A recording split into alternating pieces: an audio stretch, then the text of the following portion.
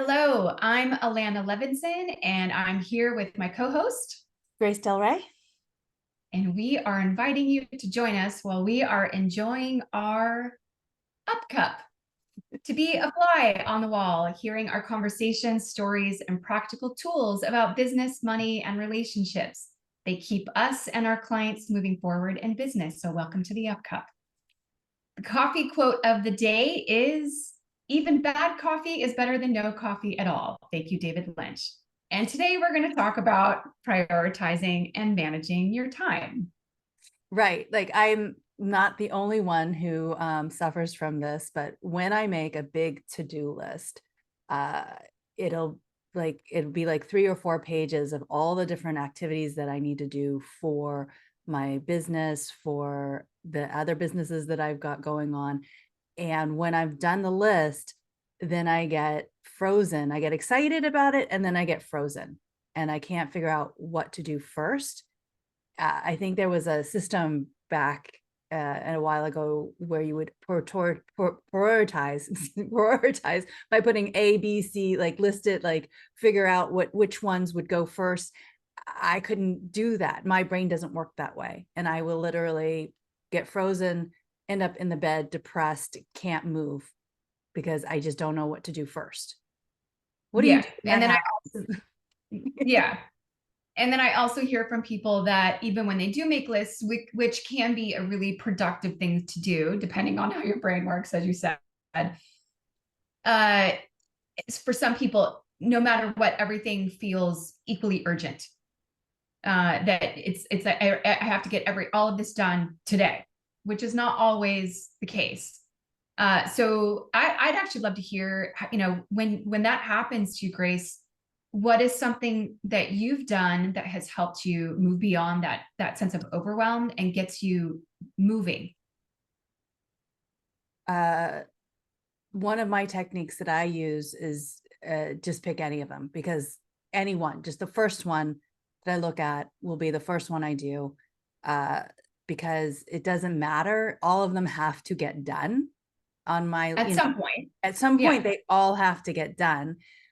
When I'm in a particular rush with a company deadline, the one that's the most urgent will be shoved to the top, to relieve what one thing. And I might have to look at it a couple of times to go, what is the one thing that if I did right now would relieve the tension in my neck and shoulders and my jaw, because I'll clench my teeth going, I'm gonna get it done now. Yeah. Yeah. I love it. Yeah. That's Yeah. that's great self-awareness, by the way. So for the listeners out there, if you start to notice your face or your jaw clench or get, yeah, that's a sign your body's trying to tell you something. Yeah, it's too much stress. If I just got that one thing done, I could breathe and then look at the next thing. And try to, once you brain dump, is to really like focus in on just one thing Yeah. and keep doing the one thing, you know? Yeah.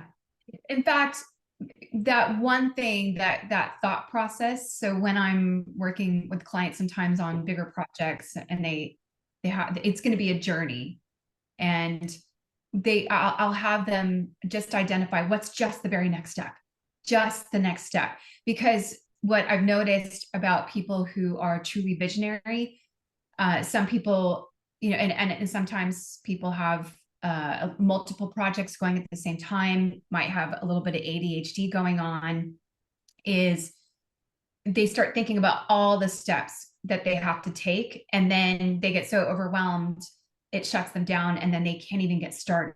Whereas if you just identify just the very next step, that will get you moving and create movement forward, and then complete that, and then again, what's just the very next step. So that creates follow through, this repetitive follow through in things looking possible. Yeah, yeah. And I was just thinking about, like, there's a particular project where there's several different veins that need to happen. So at the center is the idea of the company, and then like there's the website, and then all the things that have to go with the website. What's the very next step for the particular website? And then there's the investment arm, like to get investors to go into it, what needs to be built in terms of the deck, in terms of the contracts, in terms of like the goal, the budgeting, you know, like all those steps, like as you are a visionary, you tend to like look for all the different steps. And when you start to look at that, it does become very overwhelming. And you're right, that's the time when I shut down. So Yeah. it is nice to think about, like, if you brainstorm it out, and then take out the pieces, and then that's when I specifically need to work with somebody else that's great at project managing, to start Mm. having them figure out timetables and what needs to happen and who needs to be in charge of it. Because if you left it to me, I'll be in the bed under the sheets hiding, because I've been overwhelmed by all the 50 Yeah. steps that I've come up with that needs to happen to make this successful, that in my brain has to happen exactly all at the same time Yeah. right now. No, it's that, well, that takes a really deep sense of self-awareness to be able to know I can do the brain dump. I can identify what needs to be done. Beyond that, that's where I step into overwhelm. And so to partner with someone, or someone who can support you in that, to say, okay, great. Now I see everything that needs to get done. Let's take a look at how much time each of these things will realistically take. I always say build in a little bit extra buffer just in case it takes a little bit longer, then that won't stress you out. And if you get it done quicker, awesome, you have some extra time. Look at, what really is more urgent, what makes the most sense in terms of what to do first versus the next follow-on steps. And then do something similar to put it in your calendar, or identify when it can get done over the next couple of days, the next week, and plug that in so you know that you've allocated that time to do it that way. And then some people can get creative with color coding their calendar, blocking out, other distractions, that sort of thing. So, in other words, create an environment and create tools for yourself so that you know that you can stay committed to this. Because another aspect of this that I see happening, and I know you and I have talked about this before in the past, is that we tend to then negotiate with ourselves. So things become negotiable, where we start to negotiate, well, do I really have to do that right now? Or maybe that won't take as long, or no, I'll just do this thing over here first. Or we start squirrel. We start distracting ourselves with other things. Yeah, go ahead. Yeah. No, like I will, like my house will suddenly be super clean. I suddenly will need to have to clean this whole section or reorganize my closet, just because I don't want to actually like make that phone call or do the PowerPoint, or sit down and like transcribe my notes from my notebook to the PowerPoint to create the deck that needs to happen. It's one of those fearful, like, oh my God, I will, well, then I'll just put it off till tomorrow. I feel overwhelmed today. I'm not going to do it today. I'll do it tomorrow because I have time tomorrow. That's always, then that becomes there's always tomorrow. No, and then there's tomorrow again. And there's always next week. Right. Yeah. And the next thing you know, it's at the end of the month and you're like, I planned to do this 3 weeks ago and now it's almost the end of the month. And what happened? I prioritized it, but it became negotiable. And so it started getting negotiated further and further down the list. So yeah. And I definitely feel like for me, I find that I end up, when I do the negotiation, the more and more I negotiate and delay things, the more depressed, the higher stress levels I have, the angrier I am at myself. And then then you start beating yourself up. And I beat myself up and it perforates to family members, to friends. And then you're not very fun to be around. No, I'm not. I'm really no fun to be around when that starts to happen. And then it's like, oh, everybody's like, God, stay away from her. She's really angry. Temporarily. Right. Yeah, it's temporary. But in the moment, I'm like, I don't even want to be around myself. Where's my outlet? Yeah. Yeah, that's not productive either. So I know I had mentioned about a particular client I had years ago. He came to me with 7 businesses. And he's just like, Alanna, none of them are succeeding the way that I need them to. And I can see real opportunities with some. And I know I need to do some things with a few others. And it just I don't even know where to start. So it took a couple of sessions uh, for us to really get clarity on each of the 7 businesses, where they were at in their stage of development and what they needed next. And then in going back to what we were talking about earlier in terms of, very next steps. So I had him really look at what's just the very next step for each of them. And I also had him check in with himself in terms of which ones are fun for you, which ones are inspiring for you, which ones energize you, and which ones drain you, not because of the overwhelm of what needs to be done, but truly the business itself, what the business is offering, the product, the service, the clientele that you're interacting with, your responsibility in it, because in each of them there were other people involved and he was playing different roles in each of those businesses. So in the end, when he got real with himself, he actually ended up letting 4 of them go. And one he sold, and I think 2 he just shut down and just let them fizzle out. Can't remember what happened with the 4th one, but I remember that he ended up with 3, and then he could really focus on those 3. And then we just consistently kept working on what's just the very next step. What's just the very next step? What is your role? What is your responsibility? What can someone else do? And then they started to create movement, and he started to see success in those businesses the way that he had hoped. He knew it. He had spread himself way too thin. He got distracted by the next shiny object. It's fun to be that person who is very visionary and, can have a lot of spinning plates in the air.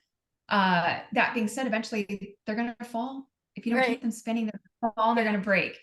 Yeah. Or break down. And then, going back to what we were just talking about in terms of, then you might beat yourself up like, that's my fault. That was my responsibility. That's on me. I let other people down, et cetera, et cetera. So, so it's just getting, having a partner, coach, what have you, to really look at things with a clearer lens, checking in with what do I really want to work on?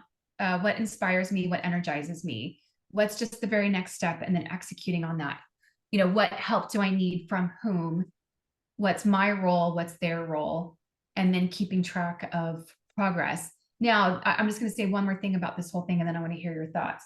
It's really important along the way in this whole process, for those of you out there that are listening to this, that if you're experiencing something similar, really celebrate what you are doing.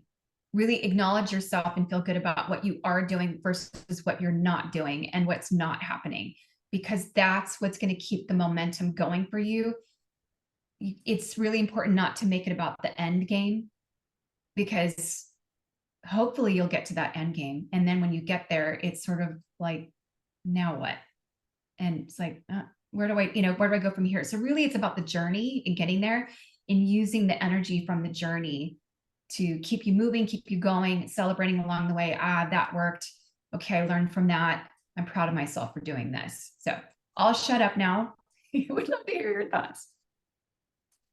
No, those are all really great. That's a great example, case study example of how you can get overwhelmed when you're an entrepreneur and you're like, oh, that looks like a great idea. And this looks like a great idea. I've done that myself in terms of like, for a second, I was in the motorcycle renting business because I had a motorcycle and I bought it with a friend, and then we were going to like rent it out. And the next thing I knew, I was like, I've set up the company, I've set this up, I've set that up. And then I was like, who's going to go and show the thing to this, and who's going to go do this, and who's going to do that. And I'm like, I'm not doing it. It's in the middle of tax season. I'm not doing this. Yeah. Yeah. Um, but it's it's like you really start to like think like, oh, okay, what do I really want to do? Because that really wasn't my passion. I think that was like a thought of like, oh, maybe we could make extra money on this thing. And it really, the amount of money you'd make did not equate to how much you had to put into it. Right. See, and that's also another challenge that sometimes happens with people who are visionary, have great ideas, creative, and then become an entrepreneur is they're not really thinking it through. And they are just doing what the next step is. That being said, you know, when it comes to business, certain business ideas, it is important to kind of take a step back and think about, you know, what would it really take to run this business? And then what are some of the real potential costs involved? And that will give you a sense of, you know, potential profit.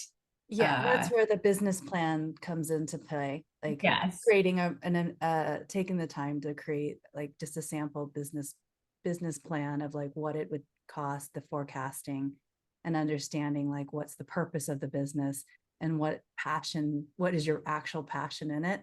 And as you start to research all the stuff, yeah, you might talk yourself out of it. And somebody would be like, and some people I've come across people are like, well, but if you just throw your hat over the fence, yes, you can just throw your hat over the fence, but it's two-sided. There's some things that you can do it and then take the chance and you might win because it's 50-50 chance. And there's some things that you'll throw the fence over and then you'll like realize like running down that path, going, that's not what I don't really enjoy that. Like for a second, I thought maybe I will do, because my son's really into it. I could see the money potential making of having a paintball business. Like, yeah, I remember fun. Yeah. I explored a couple different paintball places. I was like really looking at the numbers and I was like, this is really exciting. Here's the catch. Every time the paintball machine went off and I'm holding the gun, I'm jerking like this. And I came back intense, like all like in a ball. Like part of me is like, oh, it was really fun. But also I'm terrorized by the fact that I don't want to be hit by a paintball.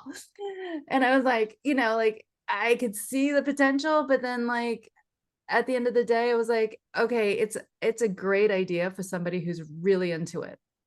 Yeah. I'm not. You're like, which I was for about 5 minutes. So yeah. I was into it in terms of like, I could see the money that you could make.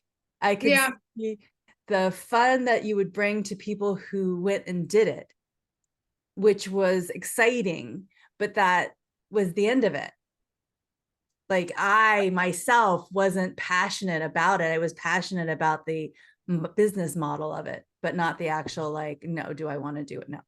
No, I don't want to run it.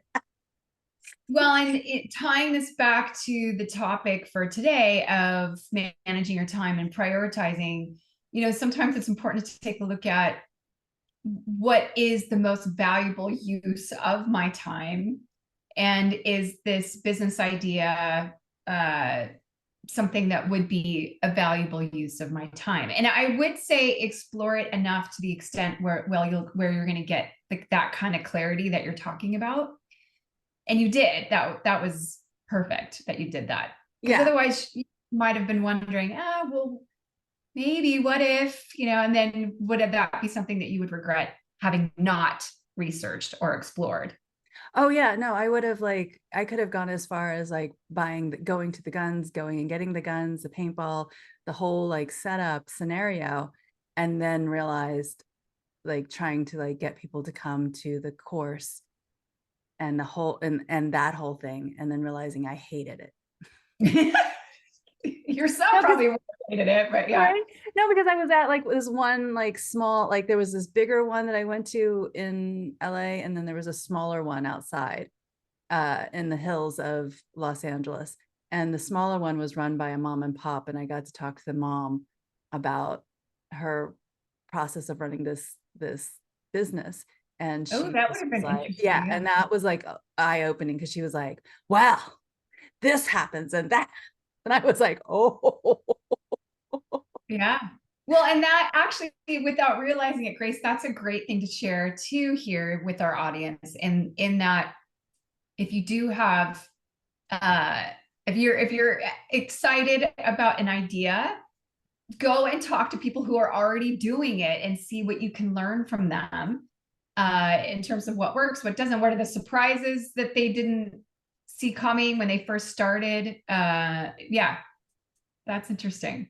Yeah, it Very- was. It was definitely a learning lesson in terms of like doing homework on a potential business is money saving because it can either inspire you more because you could figure out how to do it better, and you can still be like, "And yes, that's a challenge and I know how to solve it," or, Mm, "Oh, I get it. That's not gonna that's something that would be a block for me too. Maybe that's not what I want to do." yeah, yeah, yeah. So those are those, in terms of today's topic of managing time, what's the valuable use of your time, self-generated accountability, taking things step by step. It also means sometimes making hard decisions. And I know often people don't want to feel like a quitter, but when it comes to something like that, you're not a quitter. You had a really relevant realization, and then you're making that decision, and maybe it's an easy one, maybe it's a hard one, but regardless, it's a decision to either move forward or not, or where and how you should be spending your time. Yeah. Yeah. And the great word, the pivot word, the buzzword of the year, pivot. How can you Pivot, pivot? yeah, yeah, Which way would you like to pivot? yes. So any last comments, shares, ahas that you want to share with the audience about this before we wrap up? Just that I guess I'm not the only one that goes to these challenges, and I'm sure that any one of you felt the low energy or um, the overwhelm, um, and the self-criticism, that the only way to beat it is to build the strength of getting up and just doing it. I know that Just sounds so like counterproductive, like I have to feel it. Like there's no feeling it. It's actually just get up and start doing it. And if you set a timer for 15 minutes, I think I felt in my own practice like 15 minutes, if I just get started, something will inspire me and I'll keep going. Or I won't. And if I won't, then I have to honor that maybe I'm sick and I need to go lay down and take a nap. Yeah.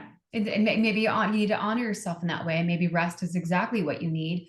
The last thing I'll share based on what you just said is, and you just demonstrated this in what in terms of, you getting yourself up and at 'em and back into action is, you know, we have this cognitive thinking brain. We have lots and lots of thoughts in our head. And then that causes us to feel certain emotions. And then that then impacts our behavior and the kind of action that we either take or not take. In other words, our physiology.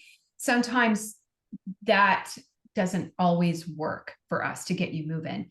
And so sometimes the opposite is true too. So if you just move your body, you move your physiology, if you get yourself just moving physically, that will then, it's the reverse. That will then help you change how you feel, which will then, you'll start feeling different emotions like, okay, I'm actually proud of myself. I'm getting myself out of bed. I'm getting myself moving. And even though I'm not feeling super inspired or motivated right now in this moment, but that will start changing your thoughts. And then the next thing you know, you're actually doing something productive. So just wanted to share that with the audience too, that, sometimes if you can't change your thoughts about it, you can't change your feelings about it, just get moving, just do something, take an action, and that will have that reverse effect on you. So anyway, thanks for joining us today. And I'll just share another fun quote that we found before this podcast, which is, coffee is the liquid hug for your brain.